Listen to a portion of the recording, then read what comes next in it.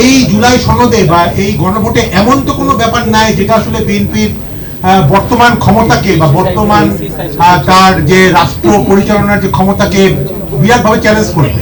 কারণ BNP already seat অনুযায়ী 2/3 আছে, বিভিন্ন জায়গায় তো বিএনপি তার বা বর্তমান সরকার তো তার নিজের পছন্দ মতো লোকজনকেই বসাচ্ছে অলরেডি বা বসাতে যাচ্ছে।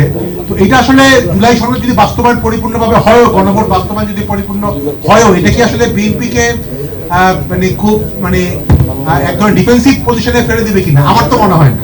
তাহলে আসলে কেন করছে না? এটা কি আসলে শুধুমাত্র টেকনিক্যাল কারণ, যে একটা লিগাল টেকনিক্যাল ব্যাপারে, নাকি এখানে আসলে অন্য কিছু আছে?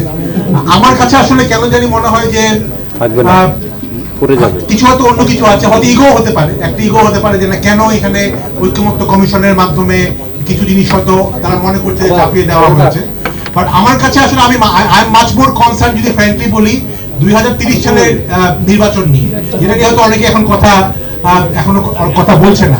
কারণ নির্বাচনটা কিভাবে হবে সেটা কিন্তু জুলাই সনদে স্পষ্টভাবে বলা আছে, এবং তখনকার অন্তর্বর্তীকালীন সরকার কিভাবে গঠিত হবে সেটা কিন্তু মানে অলরেডি অনেকে ঐক্যমত্য কমিশনের মেম্বার ছিলেন।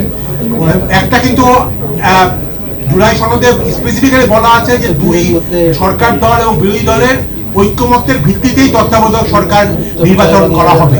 কিন্তু বর্তমান সরকারের পক্ষ থেকে সালাউদ্দিন আহমেদ সাহেবরা কিন্তু তখন থেকেই খুব ইনসিস্ট করছিলেন যে না, এটা বিচারপতি, যে শেষ বিচারপতি এটা প্রধান হিসাবে হবে। তো আমার কাছে আসলে মনে হয় যে বিএনপি হয়তো মাথায় তার আছে বা বর্তমান সরকারের মাথায় আছে 2030 সালের বা 31 সালের নির্বাচনটাকে মাথায় রেখেই ওনাদের ক্ষেত্রে হয়তো এই জুলাই সনদের এই ব্যাপারটা অনেক ক্ষেত্রে এক ধরনের নেগেটিভ ব্যাপার। কারণ এখানে অন্য কোনো আইটেম আমি আর দেখি না যেটা আসলে বিএনপিকে বা বর্তমান সরকারের ক্ষমতাকে সে বিরাটভাবে আসলে খর্ব করবে।